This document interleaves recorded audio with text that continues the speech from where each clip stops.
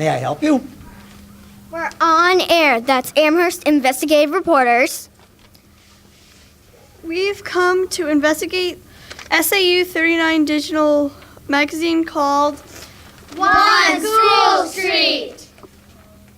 Did you put them up to this? This is all them. AMS does provide the camera gear, though. We've been studying your background as an educational administrator since last year, and we are quite impressed. Thank you. We are excited about the new Innovation and Design Lab. Can you tell us more about it? I'd love to tell you about the Innovation Design Lab. Years ago, when I was a young kid, and Mr. Freeman were young kids, they used to call it shop, and they just made little things. Now we have a program down here, which is Innovation and Design, and a makerspace area where we combine all modern tools. There are 3D printers, there are laser cutter machines, there's welding and brazing, and you can learn plumbing down there and electricity and all those things for everybody, grades 5 through 8. It's very exciting, a lot different than it was just a few years ago. Did you ever study educational leadership? Leadership and Design at Fitchburg State University, and I have a master's in that. Is it true you used to be a history teacher? And if so, how many years? Yes, I was a history teacher for 22 years, 20 of them here as an 8th grade social studies teacher in history, and I coached the mock trial teams, and it was a very exciting time for me. Is it true that last year Amherst Middle School was nominated as the New England League of Middle Schools Spotlight School? Yes, New England League of Middle Schools, known as NELMS, asked us and invited us to join their organization.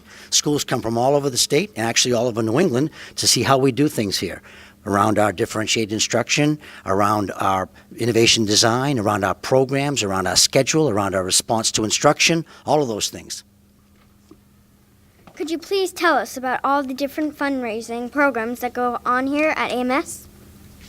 AMS has been fundraising for many, many years. We've raised money for families for food at Christmas time and at the holidays. We've raised money for our veterans, more recently with our walkathon. We've raised money for the tsunami victims in Southeast Asia. We partnered with the school in Thailand. There was our sister school. We gave them $15,000. Katrina victims, we gave almost $12,000 to. We raise money for share and coat drives and things like that. We do fundraising all the time because that's our job, is to take care of those that don't have as much as we do. What type of staff development and teacher training does SAU 39 offer? Well, teachers and administrators in SAU 39 are very lucky. Unlike many other districts, we spend a lot of time and a lot of money on professional development or staff development. We make sure our teachers get trained in all the things they need to. We make sure that we have the proper materials, and in order to use those materials, we have to provide them the training to effectively work. We also buy all kinds of materials around technology, and then we have to train our people on how to do it. What can you tell us about the DI at the middle school? Differentiated instruction. Differentiated instruction is really a way to level the playing field for everybody. Every single one of you, Mr. Freeman and I, we all learn differently. And years ago, they used to teach one way, and that one way was simply the teacher gave the information, and we all had to learn it and memorize it. But that's not how everybody learns. Some of you out here are kinesthetic learners or hands-on learners. You need to use your hands to learn things. Some of you learn better by hearing than you do seeing.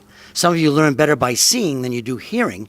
And then some of us, like me, very much mixed. I learn a bunch of different ways, so I need to have it presented to me in a lot of different ways so I can learn it. Because if you just gave it to me orally and heard somebody tell me a story, I wouldn't do very well if you gave me a test on it, because I didn't learn it that way. We hear you began teaching here at AMS in the 1981 through 1982 school year.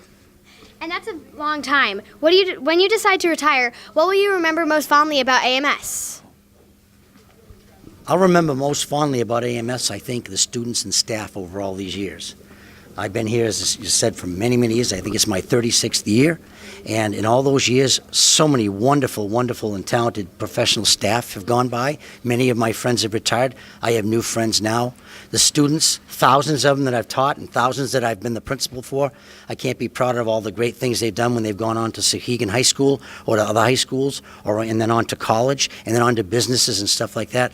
I remember that greatly. I'll also remember, as we talked about, the fundraising. Nothing is more exciting than to see the look on people's faces when you give cards to the veterans that need to get a ride to get to the doctor, or to give them cards for food so they can actually eat around the holidays, those kind of things. That's what I'm really, really proud of, and that probably is what I'll remember most fondly about AMS. Were you ever a coach for football, basketball, or baseball? Yes, I was, all three. I coached football and basketball in Louisiana right out of college at the high school level, varsity level. And then when I moved here, I became the first basketball coach. We started the basketball program here at Amherst. And then we started baseball here as well. And I coached that for several years, and I finally gave it up when I moved into administration, when I became the assistant principal. Is it true that you are a mixed martial arts black belt expert in the field of pancration and have been doing it for almost 40 years? Yeah, it is pancration. Yes, it is. Yes, I am. Pancration is a great art that was actually the fighting art of the Spartans. The real fighting art of the Spartans was called pamakan. And pamakan became a derivative of pancration, which is the art I studied. And that art was taught to me by my good friend and my grandmaster, James Arvanites. And he now lives in Florida, and he's written many books, and I've had the privilege of being in magazines with him and on videos and things like that over the years, and I've written lots of articles. Is it true that you are a freelance writer for Martial Arts Illustrated magazine and MMA magazine, and that you were featured in Black Belt magazine? Yes, I've been in 9 or 10 magazines, actually, either in pictures or in actually writing articles about pancration and about pamakan and about Jim Arvanites. And so I've been out to Valencia, California, and actually done videos with them on street fighting and attacks and things like that, using tactical baton and that stuff. Well, thank you very much, Principal Porter Dodge. It's been a pleasure. All right. Thank you. Would you all like to go down and see the gymnasium floor? Yes. Come on, let's go.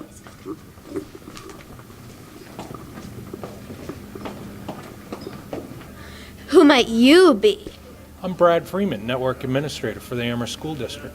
Computers? Yes, computers. Good. You're next.